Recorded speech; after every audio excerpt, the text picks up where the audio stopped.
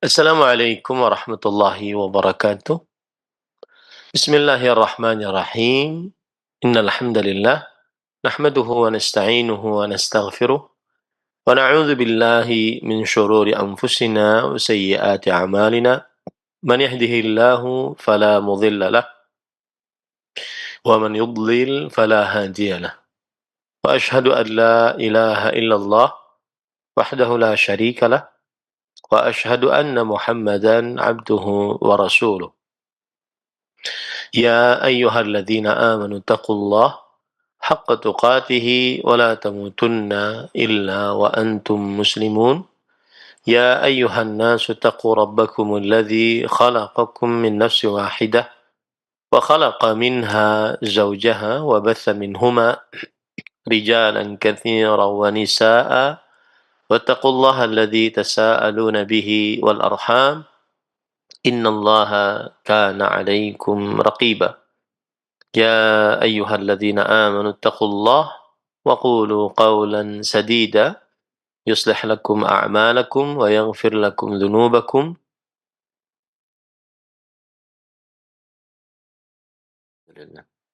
ومن يطع الله ورسوله فقد فاز فوزا عظيما أما بعد فإن أصدق الحديث كتاب الله وأحسن الهدي هدي محمد صلى الله عليه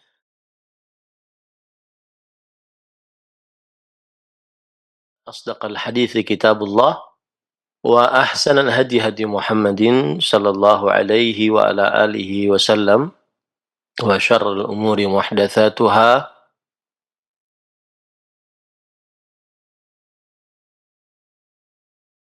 إن بدعة وكل بدعة ضلالة وكل ضلالة في النار. Alhamdulillah, kita bersyukur pada Allah Subhanahu wa taala pada hari ini kembali kita bersama Roja TV mempelajari kitab Fathul Majid Syarhu Kitab Tauhid yang ditulis oleh Fadilatul Syekh Abdurrahman bin Hasan Ahlu Syekh rahimahullah. Salawat dan salam semoga selalu Allah berikan pada Nabi kita Muhammad sallallahu alaihi wa ala alihi wasallam, pada keluarga beliau, para sahabat, serta orang-orang yang mengikuti beliau sampai hari kiamat kelak. Dengan nama-nama Allah yang husna dan sifat-sifatnya yang mulia, kita berdoa, Allahumma inna nas'aluka ilman nafi'an wa rizqan tayyiban wa amalan mutaqabbala. Allahumma amin. Ahibati fillah, afanillah wa iyyakum. Pada kesempatan kali ini kita masuk kepada bab yang baru, babu man hazala bi syai'in fihi dzikrullah awil Qur'an awil Rasul sallallahu alaihi wasallam. Bab yang ke-48, bersenda gurau dengan sesuatu dari Al-Qur'an, dengan sesuatu yang berkaitan dengan Allah, Al-Quran, dan Rasulullah Sallallahu Alaihi wa ala alihi Wasallam. Makna dari bab ini adalah menjelaskan hukum perbuatan orang-orang yang mengolok-olok sesuatu dari Al-Quran atau Allah atau Rasulullah Sallallahu Alaihi Wasallam. Dan hukumnya adalah haram dan menyebabkan kepada kekufuran.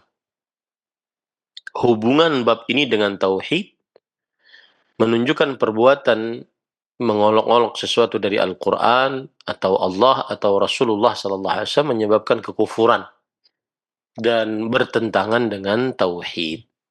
Itu maksud dari bab ini. Kita baca apa yang disebutkan oleh penulis.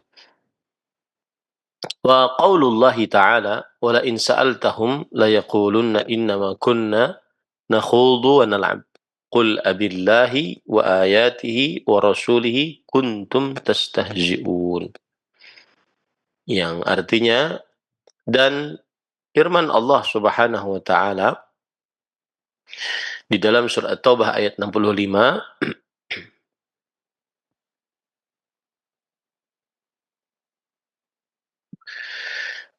Jika kamu bertanya kepada mereka, engkau wahai Muhammad sallallahu alaihi wasallam bertanya kepada mereka, yaitu orang-orang yang mengolok-olok Allah dan Rasulnya, mengolok Al-Quran, maka mereka akan menjawab, innama kunna nakhudu wa nal'ab. Kami cuma bersenda gurau dan main-main dalam hal tersebut. Kemudian, lalu Allah Subhanahu wa taala berfirman, "Qul abillah wa ayatihi wa rasulihi kuntum tastahzi'un."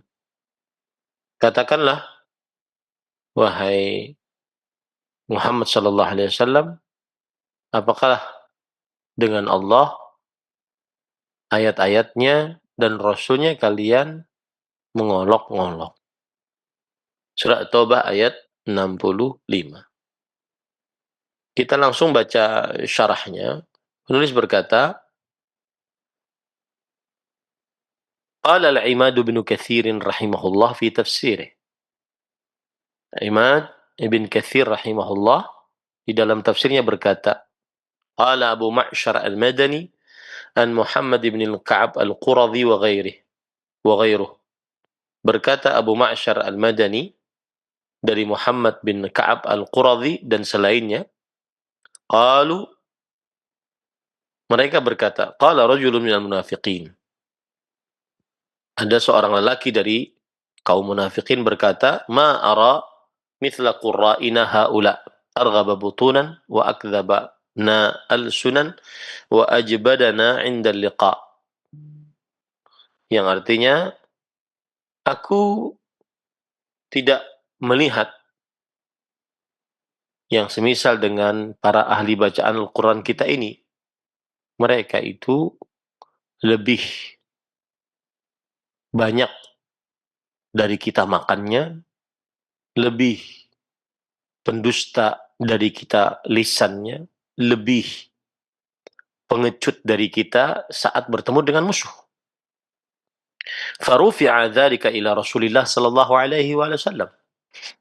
Maka kemudian berita tersebut diangkat kepada Rasul sallallahu alaihi wasallam, atau perkataan dari orang munafik ini diangkat kepada Rasul sallallahu alaihi wasallam. Wa qad irtahala wa raqiba naqatah, dan Rasul sallallahu alaihi wasallam telah memulai perjalanannya dan menaiki ontanya. Lalu Rasul Shallallahu Alaihi Wasallam orang munafik tersebut berkata, ya Rasulullah, wahai Rasulullah, innama kunna nakhudu wa nal'ab wa natahaddatsu haditsa raq naqta'u bihi 'ana at-tariq. Wahai Rasulullah, sesungguhnya kami hanya bersenda gurau, main-main, dan berbicara pembicaraan orang yang sedang bersafar untuk memutuskan keletihan saat bersafar atau kebosanan saat bersafar. Faqala, lalu Nabi Muhammad sallallahu alaihi wasallam bersabda, "Abillahi wa ayatihi wa rasulihi kuntum tastahzi'un. La ta'tadhiru qad kafartum ba'da imanikum. In na'fu an ta'ifatin minkum nu'adzib ta'ifatan bi annahum kanu mujrimin." Apakah dengan Allah, ayat-ayatnya dan Rasulnya kalian mengolok-olok? Tidak ada uzur bagi kalian. Sungguh kalian telah kafir setelah iman kalian. Jika kami memaafkan sekelompok dari kalian, kami akan menyiksa sekelompok dari mereka, dari kalian. Sesungguhnya mereka adalah orang-orang yang berdosa. Surah Taubah ayat 65-66. Wa inna rijlaihi la yasfa'anil hijarah. Dan sesungguhnya kedua kaki dari orang tersebut yang munafik ini kedua-duanya tertabrak dengan batu-batuan. Wa ma yaltafitu ilaihi Rasulullah sallallahu alaihi wasallam. Dalam keadaan demikian Rasulullah SAW tidak menoleh orang tersebut. Wa huwa muta'alliqun bi nis'ati naqati Rasulillah sallallahu alaihi wasallam. Sedangkan orang tersebut bergantungan dengan tali pelana onta Rasulullah sallallahu alaihi wasallam. Kemudian waqala Abdullah ibnu Wahab akhbarani Hisham bin Sa'ad bin Zaid an Zaid ibn Aslam an Abdullah ibn Umar qala rajulun fi ghazwati Tabuk fi majlis ما رأينا مثل قرائنا هؤلاء أرغب بطونا ولا أكذب ألسنا ولا أجبن عند اللقاء. Berkata Abdullah bin Wahab, telah memberitahukan kepadaku Hisham bin Sa'ad. Hisham bin Sa'ad mendapatkan riwayat dari Zaid bin Aslam. Zaid bin Aslam mendapatkan riwayat dari Abdullah bin Umar radhiyallahu anhuma. Abdullah bin Umar radhiyallahu anhuma berkata seorang laki-laki di dalam peperangan Tabuk. Berkata seorang laki-laki dalam peperangan Tabuk. Di dalam sebuah majlis. Kami tidak pernah melihat seperti ahli baca Al-Quran. Mereka itu orang yang paling suka makan, perutnya gendut-gendut, kemudian lisannya paling berdusta, paling pengecut saat bertemu dengan musuh. Lalu seorang lelaki berkata di majelis, "Kadzabta, engkau telah berdusta. Akan tetapi engkau adalah seorang munafik." La ukhbiranna Rasulullah sallallahu alaihi wasallam. Sungguh aku akan benar-benar beritahu kepada Rasulullah sallallahu alaihi wa ala alihi wasallam. Fabalagha dzalika Rasul sallallahu alaihi wasallam nazal Quran. Dan hal itu sampai kepada Rasul SAW dan Al-Quran sudah turun kepada Rasul SAW. Qala Abdullah bin Umar radhiyallahu anhuma, Abdullah bin Umar radhiyallahu anhuma berkata, wa ana ra'aituhu muta'alliqan bi hiqbi naqati Rasulillah sallallahu alaihi wasallam tanqubuhu al-hijarah. Aku melihat orang tersebut bergelantungan dengan tali pelana tali pelana onta Rasulullah sallallahu alaihi wasallam, bebatuan mengenai kakinya. Wa huwa yaqul, dan ia berkata, ya Rasulullah, wahai Rasulullah, innama kunna nakhudhu wa nal'ab.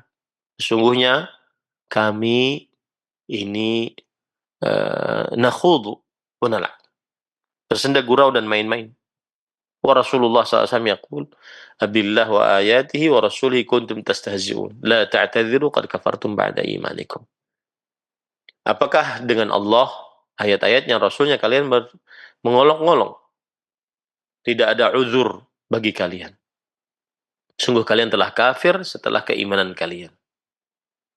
Ini hadis diriwayatkan oleh Imam Ibnu Jarir, kemudian Imam Ibnu Abi Hatim, dari Abdullah bin Umar radhiyallahu anhuma.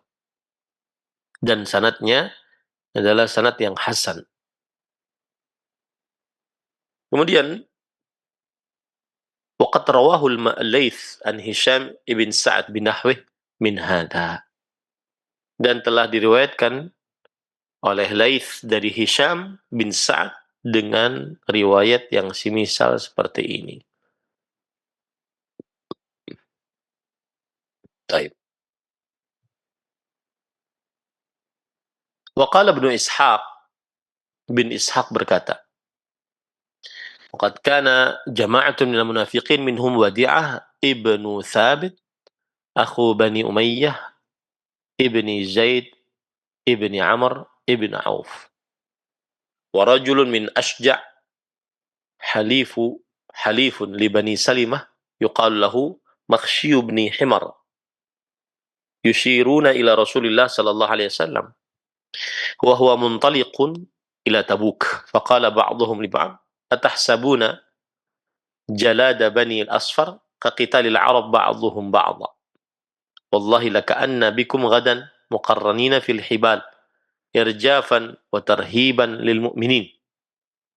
Faqala Makhshy ibnu Himyar, wallahi lawadittu anni uqadha ala an yudraba kullu rajulin minna mi'ata jaldah wa inna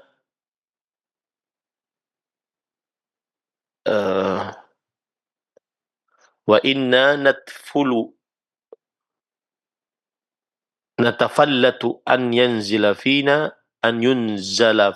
Qur'anun limaqalatikum hadhihi. Wa qala Rasulullah sallallahu alaihi wasallam fima balagani li Ammar bin Yasir radhiyallahu anhu adrikil qaum fa innahum qad ihtaraqu fasalhum amma qalu fa in ankaru faqul bala qultum kadza wa kadza wa kadza fantalaqa ilaihim Ammar faqala dhalika lahum fa'tu Rasulullah sallallahu alaihi wasallam ya'tadhiruna ilayhi fa'atau Rasulullah sallallahu alaihi wasallam ya'tadhiruna ilayhi faqala وديعة بن ثابت ورسول الله صلى الله عليه وسلم واقف على راحلته فجعل يقول وهو آخذ بحقبها إنما كنا نخوض ونلعب قال مغشي بن حمير يا رسول الله قعد بي اسمي واسم أبي فكأن الذي عناه أي بقوله تعالى إن نعفو عن طائفة منكم نعذب الطائفة في هذه الآية مغشي بن حمير فسمي عبد الرحمن وسأل الله أن يقتل شهيدا لا يعلم مكانه فقتل يوم اليمامة فلم يوجد له أثر. Kemudian penulis membawakan riwayat Ibnu Ishaq, dan dalam riwayat ini penyebutan nama siapa orang munafik yang mengolok-olok Rasulullah SAW dan para sahabatnya tersebut. Ibnu Ishaq rahimahullah, ahli sejarah, berkata telah terdapat sekelompok dari orang-orang munafik. Di antara mereka adalah Wadi'ah bin Thabit. Nama orang munafik ini disebut dengan Wadi'ah bin Thabit. Dia adalah saudara dari keturunan Umayyah bin Zaid bin Amr bin Auf. Kemudian juga ada seorang laki-laki dari Asja'. Dia adalah seorang yang bersepakat dengan Bani Salimah. Namanya Makhshi bin Himyar. Jadi ada dua, Wadi'ah bin Laith, kemudian Makhshi bin Himyar. Dua orang. Mereka menunjuk kepada Rasulullah SAW. Dan Rasulullah SAW pada waktu itu berangkat menuju Tabuk untuk berperang. Lalu sebagian mereka berkata kepada sebagian yang lain, apakah kalian mengira kekuatan orang-orang Yahudi seperti peperangan orang Arab sebagian dengan sebagian yang lainnya? Demi Allah, seakan-akan kita dengan kalian besok hari akan muqarranina fil hibal, akan terikat, maksudnya menjadi tawanan, irjafan wa tarhiban lil mu'minin, sebagai bentuk pemberian rasa takut untuk orang beriman. Artinya Rasulullah SAW akan kalah. Rasulullah SAW akan kalah. Dan ini menunjukkan kepada para sahabat Nabi radhiyallahu anhum agar mereka takut. Maka berkata Makhshi bin Himyar, demi Allah, aku ingin aku dihukum untuk dipukuli setiap laki-laki dari mereka, dari kita, sebanyak 100 kali cambukan. Wa inna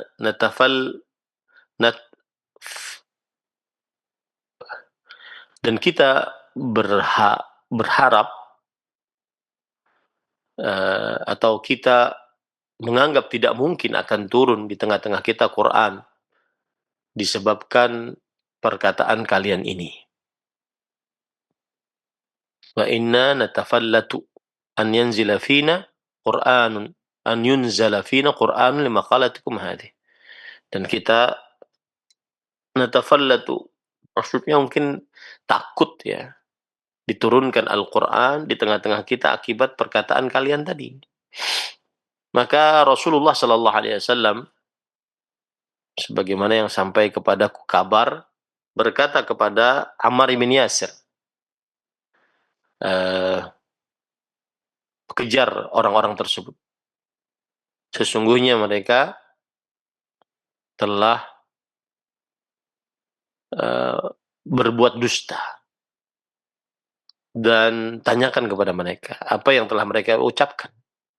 Jika mereka mengingkari, maka ucapkanlah, sungguh benar kalian telah mengucapkan begini, begini, dan begini. Maka Ammar pun pergi menemui mereka yang tadi ingin pergi ke Tabuk. Lalu Ammar bin Yasir radhiyallahu an menanyakan kepada mereka akan hal tersebut. Maka akhirnya orang-orang tersebut menemui Rasul sallallahu alaihi wasallam, meminta maaf dan uzur kepada Rasul sallallahu alaihi wasallam. Berkata Wadi'ah bin Thabit, orang pertama tadi, sesungguhnya kami dan Rasul sallallahu alaihi wasallam waktu itu beliau berdiri di atas ontanya, dan Wadi'ah bin Thabit sambil memegang tali pelana onta Rasulullah SAW berkata, sesungguhnya kami main-main dan sesungguhnya kami bersendak gurau. Berkata Makhsy bin Himyar, wahai Rasulullah, uh, telah duduk aku, namaku dan nama bapakku. Maksudnya, maafkanlah kami. فكأن الذي عناه أي بقوله تعالى إن نعفو عن طائفة منكم نعذب طائفة. Seakan-akan yang beliau maksud adalah ayat tadi. Jika kami dimaafkan, maka sebagian yang lain akan diberi siksa. Di dalam ayat ini, Makhsy bin Himyar akhirnya diberi nama dengan Abdurrahman. Dan Makhsy bin Himyar memohon kepada Allah agar diwafatkan dalam keadaan mati syahid, dan mati syahid tidak diketahui tempatnya. Maka beliau meninggal pada peperangan Yamamah, dan belum ada bekas atau riwayat yang beliau miliki. Makhsy ibn Himyar. Nah, ini adalah dalil tambahan, dalil keterangan tambahan bahwa orang munafik tersebut ada dua, yaitu Wadi'ah ibn Thabit dan Makhsy ibn Himyar. Wa qala Ikrimah fi tafsir hadhihi al-ayah, berkata Ikrimah dalam tafsir ayat ini, kana rajulun mimman insyaallah afala anhu yaqul Allahumma inni asma'u ayah wa ana a'ni biha taqsha'irru minhal julud wa tajallu minhal qulub wa tajilu minhal qulub. Allahumma faj'al wafati qatlan fi sabilik la yaqulu ahadun ana ghasaltu ana kaffantu ana dafantu qala fa usiba yawmal yamama fama ahad minal muslimin illa waqad wujida ghairuhu. Berkata Ikrimah saat menafsiri ayat ini, yaitu surat At-Taubah tadi, ayat 65, bahwa ada seorang laki-laki dari seorang yang insya Allah diampuni oleh Allah Subhanahu wa taala. Ia berkata, "Ya Allah, aku sesungguhnya mendengar ayat Al-Qur'an dan aku memahaminya. Kemudian merinding kulit tubuhku dan bergetar hati-hati dengan ucapan tersebut. Ya Allah, jadikanlah wafatku kematian di jalan Engkau. Tidak ada yang mengatakan seorang pun aku yang memandikan, aku yang mengkafanimu, aku yang menguburkan." Maka akhirnya kata Ikrimah, orang ini terluka di peperangan Yamamah. Tidak ada seorang pun dari kaum muslimin melainkan telah didapati selainnya. Melainkan telah didapati selainnya. Nah, ini juga salah satu riwayat tambahan dari apa yang disebutkan oleh penulis. Baik. Kemudian pada ikhwan yang dirahmati oleh Allah, penulis membawakan dalil yang kedua. Saya bacakan dalilnya. An Ibnu Umar wa Muhammad ibn Ka'ab wa Zaid ibn Aslam wa Qatadah dakhala hadithu ba'dihim fi ba'd. dari Abdullah bin Umar, dari Muhammad bin Ka'ab, dari Zaid bin Aslam, dari Qatadah. Hadis mereka masuk dengan satu dengan yang lainnya. Maksudnya riwayatnya hampir sama. Annahu qala rajulun fi ghazwati Tabuk.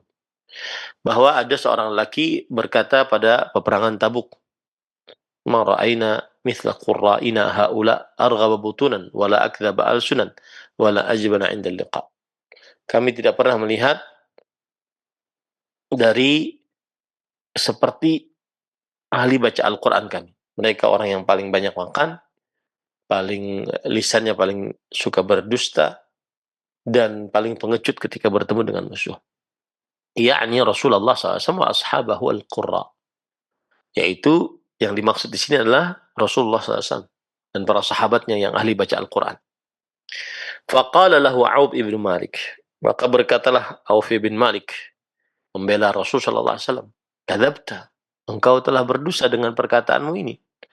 Walakinnaka munafiq. Akan tetapi engkau adalah seorang yang munafik.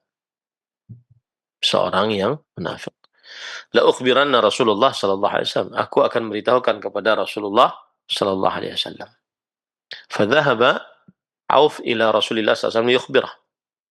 Maka pergilah Auf bin Malik kepada Rasulullah SAW untuk memberitahukan akan hal tersebut. Fawajad al-Quran qad sabaqah. Beliau mendapati Al-Quran telah mendahuluinya. Faja'a dzalika rajul ila Rasul sallallahu alaihi wasallam wa qad irtahala wa raqiba naqatah. Maka orang tersebut yang berkata tadi, yang mengolok-olok Rasul sallallahu alaihi wasallam dan para sahabatnya tadi, datang menemui Rasul sallallahu alaihi wasallam. Dan Rasul sallallahu alaihi wasallam sudah naik ke atas ontanya dan menaiki ontanya. Lalu orang tersebut berkata, "Ya Rasulullah, wahai Rasulullah, innama kunna nakhudhu wa natahaddatsu haditsa raqb naqta'u bihi ana at-tariq." Wahai Rasulullah, sesungguhnya kami uh, bersenda gurau, bermain-main dan ngobrol, ngobrolan orang yang sedang bersafar. Ngobrolan orang yang sedang bersafar. Untuk menghilangkan bosannya untuk menghilangkan bosannya perjalanan. Qala Ibnu Umar, Abdullah bin Umar berkata, "Ka'anni anzuru ilaihi muta'alliqan bi nis'ati naqati Rasul sallallahu alaihi wasallam wa innal hijara tanqubu rijlaihi." Aku melihat orang tersebut bergelantungan dengan tali pelana onta Rasul sallallahu alaihi wasallam dan bebatuan mengenai kedua kakinya. Dalam keadaan demikian dia berkata, "Innama kunna nakhudu wa nal'ab." Sesungguhnya kami cuma main-main dan bersenda gurau. Fayaqulu lahu Rasulullah SAW, "Abillah wa ayati wa rasulihi kuntum tastahzi'un." Dalam keadaan demikian Rasulullah SAW bersabda, apakah dengan Allah, para malaikatnya, dan para rasulnya, dan ayat-ayat Al-Quran kalian saling mengolok-olok. La ta'tadhiru qad kafartum ba'da imanikum. Tidak ada uzur bagi kalian. Sungguh kalian telah kafir setelah keimanan kalian. Ma yaltafitu ilaih wa ma yaziduhu alaih.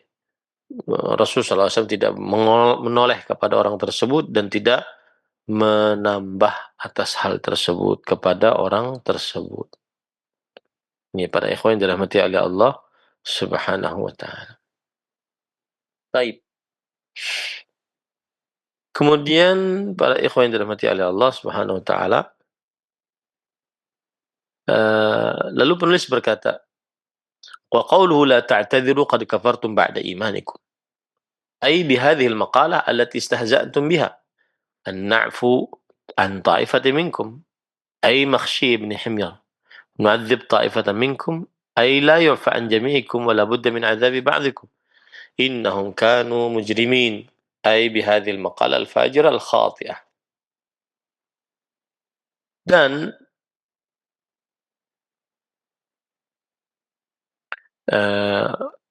firman Allah yang berbunyi, tidak ada uzur bagi kalian. Sungguh kalian telah kafir setelah keimanan kalian. Maksudnya adalah dengan ucapan ini kalian telah mengolok-olok. An-na'fu an ta'ifatin minkum. Kami akan maafkan sebagian dari kalian. Yaitu di antaranya adalah Makhsy bin Himyar yang tadi masuk Islam. Tetapi kami juga akan menyiksa sebagian dari kalian. Ai la yu'fa an jami'ikum. Maksudnya tidak dimaafkan dari sebagian dari kalian. Dari seluruh kalian tidak dimaafkan. Ada sebagian dimaafkan, ada sebagian yang tidak dimaafkan. Dan harus ada hukuman bagi sebagian kalian. Sesungguhnya mereka adalah orang-orang yang berdosa. Maksudnya dengan ucapan tersebut mereka melakukan dosa yang besar, kesalahan yang besar. Nah, qala Syekhul Islam Ibnu Taimiyah rahimahullah berkata, "Wa qad amarahu Allah Ta'ala an yaqul lahum qad kafartum ba'da imanikum."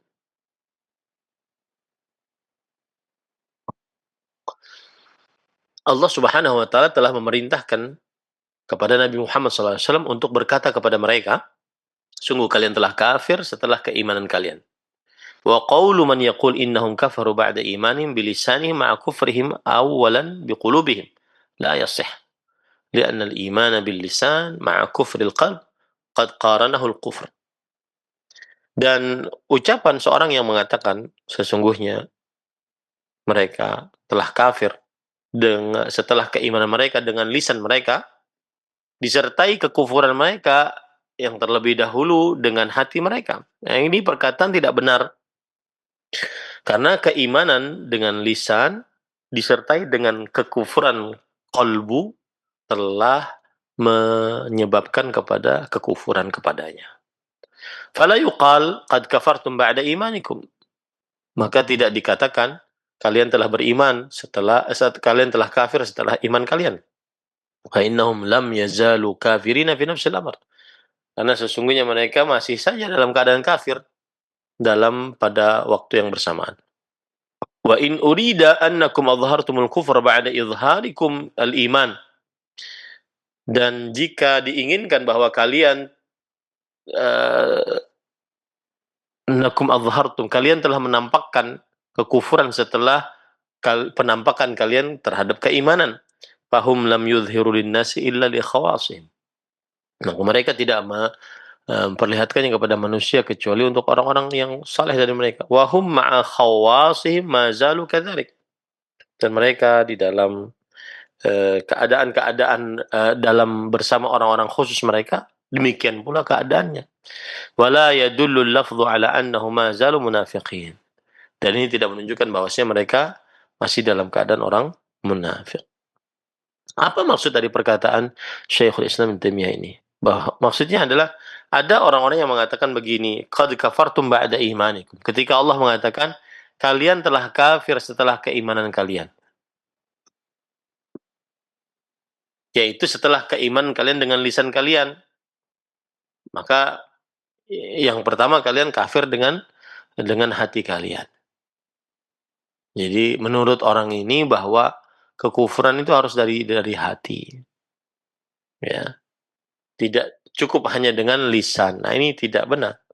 Orang bisa saja kufur karena lisannya. Nah, wa qala rahimahullah fi mawdi'in akhar, kemudian Syekhul Islam berkata pada tempat yang lain, faqad akhbara annahum kafaru ba'da imanihim. Telah diberitahukan oleh Allah bahwa mereka kafir setelah keimanan mereka. Ma'a qaulihim innama takallamna bil kufr min ghairi i'tiqadin lah. Disertai dengan ucapan mereka sesungguhnya kami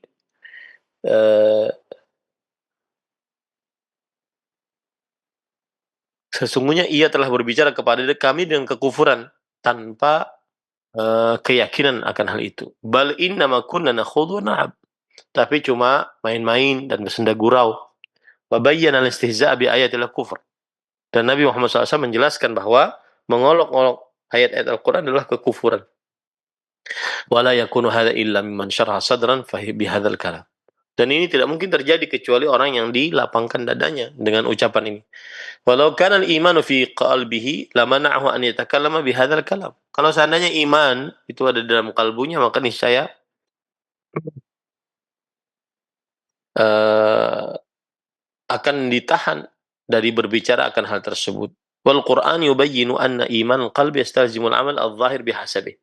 Dan Quran menjelaskan bahwa keimanan dalam kalbu itu mengkonsekuensikan beramal yang jelas di dalam kalbunya. Nah, kaqaulihi ta'ala wa yaquluna amanna billahi wa birrasul, sebagaimana firman Allah yaitu yang berbunyi wa yaqulun, mereka berkata amanna billahi wa birrasul, kami telah beriman kepada Allah dan Rasulnya, wa ata'na, dan kami telah mentaatinya, summa yatawalla fariqun minhum min ba'di dzalik, kemudian yatawalla fariqun minhum, sebagian dari mereka menguasai setelah itu. Wa ma ulaika bil mu'minin, dan mereka bukan orang-orang yang beriman. Wa idza du'u ila Allah wa rasul liyahkum bainahum idza fariqun minhum mu'ridun. Jika diajak kepada Allah dan Rasulnya untuk menghukumi di antara mereka, maka sebagian dari mereka akan berpaling. Wa iyyakul lahumul haqq ya'tu ilaihi mudh'inin. Dan jika mereka ada untuk mereka kebenaran, mereka mendatanginya dalam keadaan tunduk. Afi qulubihim marad am irtabu am yakhafuna an yahifallahu alaihim wa rasuluhu wa ulaika humudz zalimun. Apakah di dalam kalbu mereka terdapat penyakit, atau mereka ragu-ragu, atau mereka takut Allah Subhanahu wa taala akan menipu mereka? Bal ulaika humudz zalimun. Tapi yang benar adalah mereka adalah orang-orang yang zalim. Innama kana qaulul mu'minin idza du'u ila Allah wa rasul liyahkum bainahum an yaqulu sami'na wa ata'na wa ulaika humul muflihun. Sesungguhnya ucapan orang-orang beriman jika diajak kepada Allah dan Rasulnya untuk menghukumi di antara mereka, maka mereka mengucapkan kami mendengar, kami taat. Mereka adalah orang-orang yang beruntung. Wa ulaika humul muflihun. Fa nafal iman amman tawalla an ta'atir rasul. Maka di sini iman ditiadakan bagi siapa yang tidak mau mentaati Rasulullah SAW. Wa akhbar annal mu'minina idza du'u ila Allah wa rasulih yahkum bainahum sami'u wa ata'u. Dan orang yang beriman dan Allah Subhanahu wa taala mengabarkan bahwa orang-orang beriman jika diajak kepada Allah dan Rasulnya untuk menjadi hakim di antara mereka, mereka akan mendengar dan taat. Fabayyana anna hadza min lawazimil iman. Maka ini menjelaskan bahwa itulah dari konsekuensi dari keimanan. Nah, wa fihi bayanun anna al-insan qad yakfuru bi kalimah yatakallamu biha aw amila bi kalimatin yatakallamu biha aw amalin ya'malu bihi. Wa ashadduha khataran iradatul qulub. Di dalam ayat ini terdapat pelajaran penjelasan bahwa manusia kadang kafir dengan ucapan yang dia ucapkan atau dengan perbuatan yang dia lakukan. Dan yang paling berbahaya adalah keinginan-keinginan qalbu. Fahiya kal bahri alladzi la sahilalah. Keinginan-keinginan qalbu itu seperti lautan yang tidak ada tepiannya. Wa yufidul khauf minan nifaqil akbar. Nah, ini memberikan rasa takut dari kemunafikan yang besar. Fa innallaha ta'ala athbata li haula'i imanan qabla an yaqulu ma qalu. Karena Allah Subhanahu wa taala telah menetapkan untuk mereka keimanan sebelum mereka mengucapkan apa yang telah mereka ucapkan. Kama qala Ibnu Abi Mulaikah adraktu 30 min ashabi Rasul sallallahu alaihi wasallam kulluhum yakhafu 'ala an-nifaqa 'ala nafsihi. Sebagaimana berkata Imam Ibnu Abi Mulaikah, aku mendapati 30 dari sahabat Rasulullah SAW seluruhnya takut terhadap kemunafikan di dalam dirinya. Nas'alullah as-salam wal 'afwa wal 'afiyah fid dunya wal akhirah. Kita mohon kepada Allah keselamatan, ampunan, afiat di dunia dan di akhirat. Intinya apa yang saya bacakan tadi, bahwa surah At-Taubah ayat 65 menjelaskan, Allah memberitahukan kepada Nabi Muhammad SAW orang munafik yang mengolok-olok Nabi dan para sahabatnya. Ya, lisannya penuh dusta, perutnya gendut, selalu makan, tapi pengecut kalau bertemu dengan musuh. Nah, jika ditanya penyebab mereka melakukan itu, maka mereka akan mencari alasan, yaitu hanya bermain-main dan bersenda gurau. Nah, ayat ini menunjukkan perbuatan mengolok-olok sesuatu dari Al-Quran, Allah, dan dari Rasulullah SAW. Nah, ini menyebabkan kepada kekufuran dan bertentangan dengan tauhid. Nah, sedangkan hadis dalil yang kedua yaitu hadis Abdullah bin Umar radhiyallahu anhu, makna hadis adalah menjelaskan secara detail sebab turunnya surat Taubah ayat 65. Dan hadis ini menunjukkan perbuatan mengolok-olok dari sesuatu dari Al-Qur'an, Allah dan Rasulnya sallallahu alaihi wasallam menyebabkan kekufuran dan bertentangan dengan tauhid. Nah, dan juga pelajaran dari hadis ini adalah bahwa yang paling utama adalah perbuatan. Tidak hanya perbuatan qalbu saja, tapi juga perbuatan yang menyebabkan kekufuran, maka itu bisa saja dihukumi sebagai kekufuran. Wallahu a'lam. Nah, saya kembalikan acara kepada pembawa acara. Nah, Nah, baik. Alhamdulillah, terima kasih banyak Ustaz. Jazakallah khair atas materi yang telah disampaikan di kesempatan pagi menjelang siang ini dari pembahasan kitab Fathul Majid, syarah kitab Tauhid, pembahasan mengenai bersenda gurau dengan menyebut nama Allah, Al-Quran, dan Rasulullah SAW. Masya Allah, subhanallah begitu berat ya untuk mereka yang bercanda dengan Al-Quran dan penjelasan tadi. Mudah-mudahan kita terhindar dari perbuatan dosa besar tersebut. Baik, untuk selanjutnya kami buka sesi interaktif, sesi tanya jawab. Nah, Ustaz, yang pertama kami ajukan terlebih dahulu pertanyaan di layanan pesan WhatsApp. Assalamualaikum warahmatullahi wabarakatuh. Jadi ada pertanyaan dari penanya yang berada di Bogor. Ya Ustaz, berarti untuk dosa yang memperolok-olok dengan Al-Quran itu tidak diampuni dosanya, sesuai dengan penjelasan hadis tadi bahwa dia sudah meminta maaf tapi tidak dimaafkan dan sudah dinyatakan kafir. Bagaimana dengan banyaknya orang-orang yang pada saat ini yang bercanda dengan Al-Quran ataupun dengan hadis Nabi SAW? Mohon jawaban dan penjelasannya. bismillah, walhamdulillah, wassalatu wassalamu ala rasulillah, wa ala alihi wa ashabihi wa man wala, amma ba'd. Yang pertama yang perlu ditegaskan adalah bahwa mengolok-olok Al-Quran atau hadis Rasul Shallallahu Alaihi Wasallam termasuk kekufuran yang besar yang bisa mengeluarkan seseorang dari Islam. Jika dilakukan dengan sengaja dan sadar bahwa yang diolok adalah bagian dari agama. Sebagaimana ayat tadi. Dan ayat ini adalah dalil paling jelas bahwa mengolok-olok ayat Al-Quran, mengolok-olok Allah, mengolok Rasulullah SAW adalah kekufuran. Meskipun dilakukan hanya bercanda. Berarti barang siapa yang menghina Allah, Rasulnya, kitabnya, atau bagian dari agama, maka dia telah murtad. Ya. Nah, adapun tentang orang yang minta maaf, tapi tidak diampuni.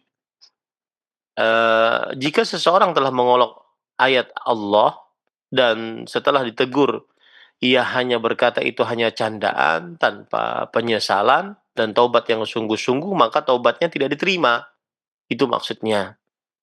Jadi taubatnya tidak diterima. Dan ini terjadi di zaman sekarang. Banyak orang yang bercanda, membuat lelucon di media sosial dengan mengutip ayat Al-Quran atau hadis lalu mengubah konteksnya untuk lucu-lucuan. Bahkan membuat meme-meme dan konten yang mempermainkan agama. Ini adalah perbuatan sangat berbahaya. Karena bisa, bukan langsung ya, karena bisa menyebabkan pelakunya murtad tanpa sadar. Membuat umat awam ikut menertawakan agama, kemudian menjadikan cahaya petunjuk berubah jadi bahan hiburan. Lalu apa yang harus kita lakukan? Ya, harus memberi peringatan dengan hikmah. Jangan ikut menyebarkan konten-konten seperti itu. Ajarkan bahwa agama adalah hal yang serius. Kemudian doakan bahwa mereka mendapat petunjuk dari Allah Subhanahu wa taala. Maka harus kita menjaga lisan dan kalbu kita. Jangan sampai secara tidak sengaja kita menghina Allah dan Rasulnya. Wallahu a'lam. Nah, baik, alhamdulillah terima kasih banyak Ustaz, jazakallahu khair atas jawabannya. Dan selanjutnya yang kedua masih kami ajukan di layanan pesan WhatsApp. Ya Ustaz, pada beberapa saat yang lalu viral mengenai konten yang menunjukkan atau bercandaan mengenai kondisi neraka, dan banyak komentar dari konten tersebut dengan mendoakan semoga menjadi kenyataan. Artinya semoga mereka yang membuat konten tersebut dimasukkan ke dalam neraka. Bolehkah kita berdoa seperti itu kepada orang-orang yang bercanda terhadap neraka Allah Subhanahu wa taala, Ustaz? Mohon coba dan penjelasannya. Baik. Bismillah, walhamdulillah, wassalatu wassalamu ala rasulillah, wa ala alihi wa ashabihi wa man walah, amma ba'd. Ini pertanyaan sangat penting, karena berkaitan dengan dua sisi sekaligus. Pertama, keburukan dan bahaya memperolok neraka. Kemudian yang kedua, sikap seorang muslim terhadap pelaku keburukan seperti itu. Yang pertama, neraka bukan bahan candaan. Ia adalah tempat siksa yang Allah siapkan untuk orang-orang kafir dan pelaku dosa besar yang tidak bertobat. Allah Subhanahu wa taala berfirman, "Innaha la ihdal qubar nadhiran lil bashar." Sesungguhnya neraka sakar itu adalah salah satu bencana besar sebagai peringatan bagi manusia. Maka menjadikan neraka sebagai bahan candaan, lucu-lucuan tentang siksanya, mengatakan enak juga ya masuk neraka. Ini adalah bentuk pelecehan terhadap agama dan bisa menjadi kekufuran jika pelakunya sadar bahwa ia ejek adalah kebenaran dari agama Islam. Yang kedua, bolehkah kita mendoakan mereka agar masuk ke dalam neraka? Secara prinsipil, berdoa agar orang lain dimasukkan ke dalam neraka adalah perkara yang berat dan tidak dianjurkan, kecuali dengan syarat-syarat tertentu. Seperti misalkan, boleh jika orang tersebut telah terbukti kafir secara terang-terangan dan meninggal dalam keadaan demikian. Maka berdoa agar ia disiksa di neraka boleh-boleh saja. Sebagaimana firman Allah dalam surah At-Taubah ayat 84, "Wala tusalli ala ahadin minhum mata ala al-badan wala mata abadan wala takum ala qabrih innahum kafaru billah wa rasulih." Janganlah kamu salat atas salah seorang dari mereka yang ia mati selama-lamanya dalam kekufuran, dan janganlah kamu berdiri mendoakan di atas kuburnya, sesungguhnya mereka telah kafir kepada Allah dan Rasulnya. Nah, itu boleh. Ada yang tidak boleh dan tidak dianjurkan. Orangnya masih hidup, belum jenis kekufurannya, kemudian meskipun dia ya menghina neraka tadi. Karena bisa jadi dia tidak tahu, terbawa arus tren, dia jahil, dan belum sampai peringatan yang benar padanya. Yang benar adalah sikap seorang muslim mendoakan agar orang tersebut mendapat hidayah. Kemudian yang kedua, memperingatkan dengan keras, tetapi tidak mendoakan kecelakaan. Yang ketiga, jangan dikutuk ataupun dicela orang tersebut, tetapi didoakan. Nah, wallahu a'lam. Baik, alhamdulillah terima kasih banyak Ustaz, jazakallahu khair atas jawaban dan penjelasannya. Yang mudah-mudahan menjadi ilmu yang bermanfaat untuk kita semua. Selanjutnya Ustaz, kami ajukan kembali pertanyaan di layanan pesan WhatsApp. Nah, ada pertanyaan ya Ustaz, pernah juga sempat viral perkataan surga belum tentu menjadi tempatmu dan neraka belum tentu menjadi tempatku.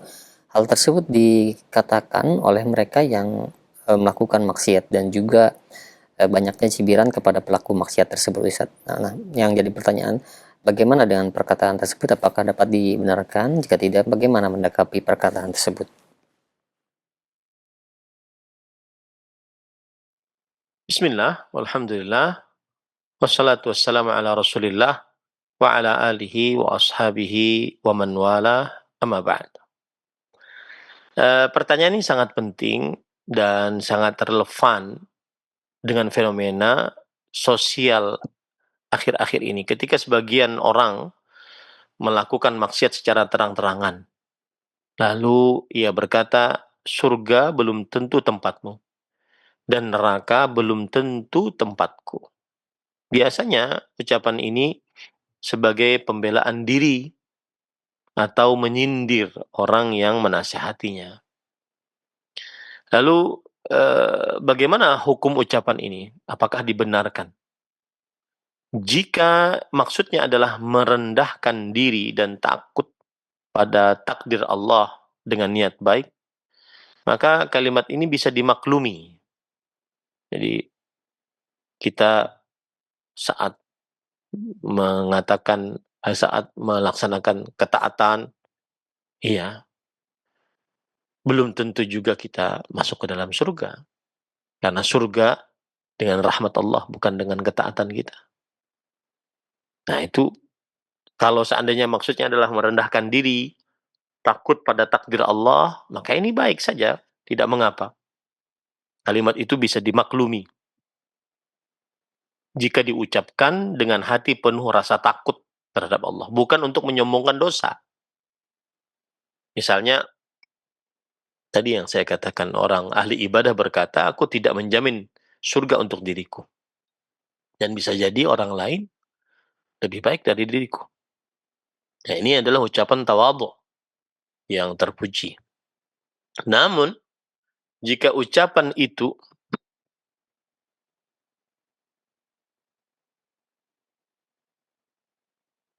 untuk membela maksiat atau menyindir orang saleh, maka ini ucapan sangat tercela dan bisa menjadi bentuk kesombongan terhadap kebenaran. Bahkan bisa mendekati istihza, yaitu merendahkan agama. Mengapa ucapan ini bisa salah dan menyesatkan? Karena mengandung kesan bahwa maksiat tidak masalah. Seakan-akan orang ini berkata, meskipun saya bermaksiat, belum tentu saya masuk neraka. Dan kamu yang rajin ibadah, belum tentu juga masuk surga. Nah, ini bentuk penyesatan. Karena bisa menutup pintu taubat dan menyesatkan orang dari jalan Allah Subhanahu wa taala. Yang kedua, karena ucapan ini digunakan untuk menyerang orang yang memberi nasihat. Saat orang menasihati dengan dalil, lalu dijawab dengan sinis, "Surga belum tentu untukmu." Ini seperti orang berkata, "Kamu bukan siapa-siapa, ngapain ngasih nasihat saya," gitu. Dan ini bentuk kesombongan terhadap kebenaran dan termasuk ciri orang yang dijauhkan dari surganya Allah Subhanahu wa taala. Yang ketiga, ucapan seperti ini seperti ucapan orang-orang kafir yang terdahulu. Allah Subhanahu wa taala berfirman, "Aya'idukum annakum idza mittum wa kuntum turaban wa idzaman annakum mukhrajun?" Apakah Nabi Muhammad SAW menjanjikan kepada kalian bahwa jika kalian telah mati dan menjadi tanah, tulang belulang, kalian akan dibangkitkan? Nah, ini sama nih, ngolok-ngolok. Mengolok-olok surga dan neraka adalah sikap yang diwarisi dari kaum yang menolak kebenaran. Lalu bagaimana sikap terhadap pelaku maksiat? Maka Islam sebagai agama tidak menghakimi siapa masuk surga atau neraka secara pasti, kecuali yang disebut dalam dalil. Itu satu. Saya tidak bisa menghakimi orang yang taat pasti surga, orang yang maksiat dianya pasti neraka, nggak bisa. Kecuali yang sudah ada dalilnya. Namun, Islam juga jelas mengancam pelaku dosa yang tidak bertobat dengan neraka. Itu pasti, itu ada dalilnya. Maka menasehati pelaku maksiat itu adalah perihal bagian dari agama, bukan malah kesombongan. Jadi kalau ingin tahu bagaimana cara menanggapi ucapan ini dengan bijak ya, satu, tegaskan bahwa surga dan neraka itu nyata dan ada sebabnya. Surga yang beriman untuk yang beriman dan taat, neraka untuk yang kufur dan durhaka. Surga untuk yang beriman dan taat dengan rahmat Allah. Neraka untuk yang kufur dan durhaka dengan keadilan Allah. Nah, itu satu. Yang kedua, ucapkan kepada orang tersebut dengan penuh kesantunan, iya betul, kita tidak menjamin surga untuk siapapun, tapi kita semua diperintahkan untuk takut kepada neraka, berlomba-lomba untuk beramal agar masuk surga dengan rahmat Allah. Kemudian juga agar orang tersebut diingatkan bahwa yang menasehati bukan merasa yang paling baik, tapi sedang menjalankan kewajiban beragama, yaitu saling menasehati. Yang terakhir adalah doakan agar mendapat petunjuk. Ya, doakan agar jangan malah dihina, dicaci gitu. Doakan orang yang bermaksiat tersebut agar mendapat petunjuk. Wallahu a'lam. Nah, baik, terima kasih banyak Ustadz. Jazakallah khair atas jawaban dan penjelasannya. Pertanyaan tadi merupakan pertanyaan terakhir Ustadz di kesempatan pertemuan kita di hari ini, dan mungkin ada ikhtitam yang dapat disampaikan untuk sahabat raja sekalian. Nah, silakan Ustadz. Bismillah, walhamdulillah, wassalatu wassalamu ala rasulillah, wa ala alihi wa ashabihi wa man wala, amma ba'd. Bulan ini adalah bulan Safar dan Rasul sallallahu alaihi wasallam bersabda, la adwa wala tiarah wala hamah wala safar. Tidak ada penyakit menular dengan sendirinya, tidak ada perasaan yang menyebabkan kesialan dengan sendirinya, tidak ada burung hantu yang dianggap membawa sial dengan sendirinya, dan tidak ada bulan Safar yang membawa kesialan dengan sendirinya. Di dalam hadis ini, Rasulullah SAW menghancurkan kebatilan kepercayaan orang-orang jahiliyah yang menganggap bahwa ada bulan Safar yang mendatangkan kesialan tanpa izin Allah Subhanahu wa taala. Tidak ada kesialan dalam agama Islam. Musibah terbesar adalah saat seseorang tidak taat kepada Allah Subhanahu wa taala. Oleh karena itu, yang benar adalah seseorang berbaik sangka kepada Allah kalau dia merasa ada kesialan atau perasaan tidak mengenakan hati, perasaan khawatir sesuatu, berbaik sangkalah kepada Allah. Karena Allah sesuai dengan sangkaan hamba kepadanya. Kemudian yang kedua, bersandar qalbu hanya kepada Allah. Karena Allah Subhanahu wa taala yang mencukupkannya. Man yatawakkal 'ala Allah fa huwa hasbuh. Karena siapa yang bersandar kepada Allah, qalbunya, maka Allah sebagai pencukupnya. Yang ketiga, kalau ada perasaan merasa bernasib sial, maka ucapkanlah Allahumma la khaira illa khairuk, wa la tayra illa tayruk, wa la ilaha ghairuk. Ya Allah, tidak ada kebaikan kecuali dari Engkau, tidak ada keburukan kecuali yang Engkau takdirkan, dan tidak ada Tuhan yang berhak diibadahi kecuali Engkau. Kemudian yang keempat, lakukanlah apa yang dianggap mendatangkan kesialan yang sudah direncanakan. Rasulullah SAW bersabda, man raddathu tiyara an hajati faqad asyrak. Siapa yang perasaan merasa bernasib sial menggagalkan hajatnya yang sudah dia niatkan, maka sungguh dia telah melakukan kesyirikan. Karena tidak ada yang mencipta, mengatur, berkuasa kecuali Allah Subhanahu wa taala. Semoga pesan ini bermanfaat, terutama untuk akidah kita agar senantiasa murni, suci, tanpa kesyirikan, baik di dalam kekuasaan Allah ataupun di dalam beribadah kepada Allah Subhanahu wa taala. Wa sallallahu nabiyana Muhammad walhamdulillahirabbil alamin. Wassalamualaikum warahmatullahi wabarakatuh.